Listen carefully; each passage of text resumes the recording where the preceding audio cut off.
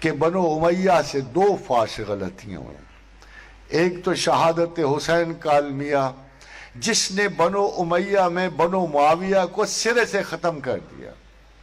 خالی یہ نہیں کہ یزید کو بعد میں کیا محسوس ہوا ہوگا، ظاہر ہے اس بدبخت کو شراب نے فرصت کبھی نہیں دی، اس کو کیا محسوس ہوا ہوگا، مگر اس کا بیٹا معاویہ بن یزید صرف 6 ماہ کی خلافت کے بعد وہ مر گیا اس صدمے سے کہ میرے خاندان نے یہ کیا کیا. معاویہ بن یزید جو ہے صرف 6 ماہ کے بعد ہلاک ہو گیا، مر گیا اسی صدمے سے کہ میرے باپ نے یہ کیا کر دیا.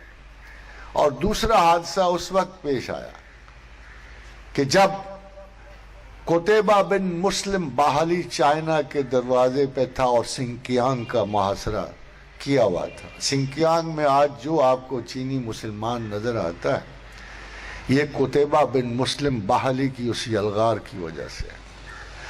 آج بھی فرانس کے بارے میں، یورپ کے بارے میں جو سب مورخ ہیں یورپ کی مشرق اور مغرب کے یہ کہتے ہیں کہ اگر امیر عبد الرحمن الغافقی شہید نہ ہو جاتے، وفات نہ پا جاتے، مرض سے شہید نہیں ہوئے طولون کے معرکے میں، تو آج یورپ کے کلیساؤں میں اذانوں کی صدا سنائی دیتی.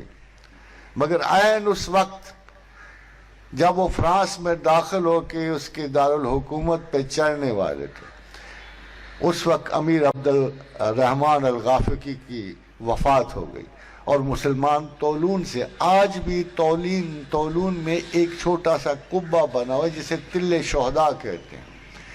یہ ان لوگوں کے مزار ہیں جو اس معرکے میں شہید ہوئے. 3 دن کے بعد بھی یورپی افواج کو یقین نہیں آیا کہ یہ مسلمان چال تو نہیں.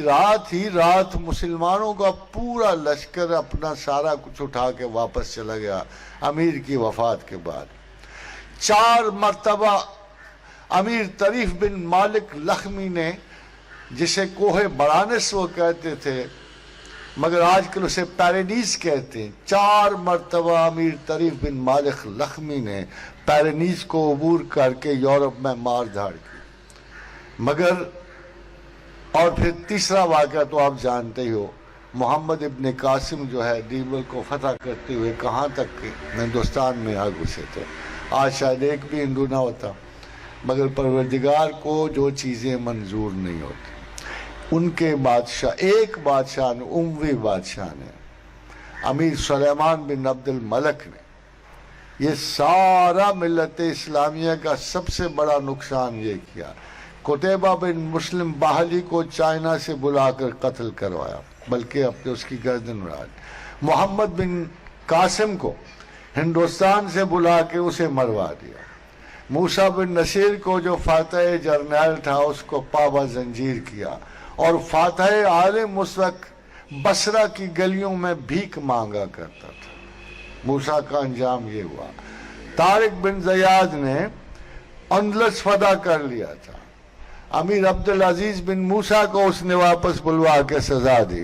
اور یہ ایک دم سے جو اتنا بڑا فشار تھا مسلمانوں کا، اتنا بڑا پھیلاؤ تھا، اتنی طاقت سے جو وہ آگے بڑھ رہے تھے، دنیا کے ہر گوشہ تہذیب پر ان کے قدم جا رہے تھے، اس وقت امیر سلیمان کے زمانے میں یہ ساری پروگرس جو ہے رک گئی، ختم ہو گئی. مگر آپ انصاف قدرت دیکھیں، بنو امیہ کا ایک آدمی قتل ہوا، ایک آدمی. 2 بھائی آخر میں رہ گئے.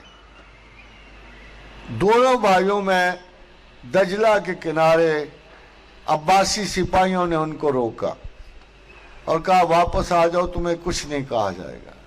بڑے بھائی نے چھوٹے کو کہا کہ یہ جھوٹ بول رہے ہیں، تمہیں قتل کر دیں گے، میرے ساتھ آگے بڑھتے چلو. مگر چھوٹا بھائی فریب کھا گیا.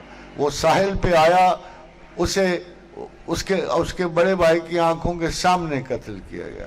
یہ جو بڑا بھائی تھا، خواتین و حضرات، اس سے اللہ کا سلوک دیکھو کہ یہ بربروں کی مدد سے یہ ہسپانیہ کی 800 برس کی مسلمان طاقت کا بانی بنا. اس کو امیر عبد الرحمن الداخل کہتے ہیں. یہ الداخل کے نام سے مشہور ہے، عبد الرحمن اس کا نام تھا. ہسپانیہ میں سب سے بڑی یعنی سلطنت جو 800 برس اسپین کی مملکت پہ مسلمانوں کا غلبہ رہا، عبد الرحمن الداخل اس کا بانی ہے۔ یہ واقعات کی عجبیت ہے۔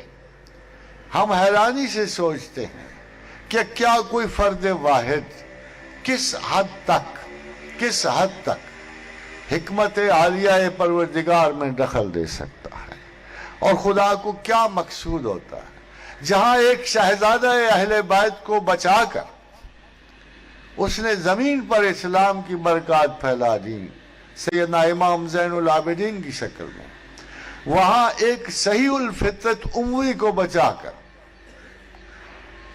اس نے ایک نئی حکومت کی بنیاد اسپین میں رکھوا دی امیر عبد الرحمن الداخل کی مدد سے۔ اور جہاں اتنی زیادہ سب و ستم بنو امیہ پہ ہوتی ہے، وہاں حضرت عمر بن عبدالعزیز کو خلیفہ خامس کہتے ہیں، 5واں خلیفہ کہتے ہیں عمر بن عبدالعزیز کو۔ تو افراد کے گناہ امتوں، خاندانوں اور قوموں کے گناہ نہیں ہوتے، اور تعصفات کی کوئی بنیاد نہیں ہوتی۔ یقین کسی بھی دل میں جگہ پا سکتا ہے۔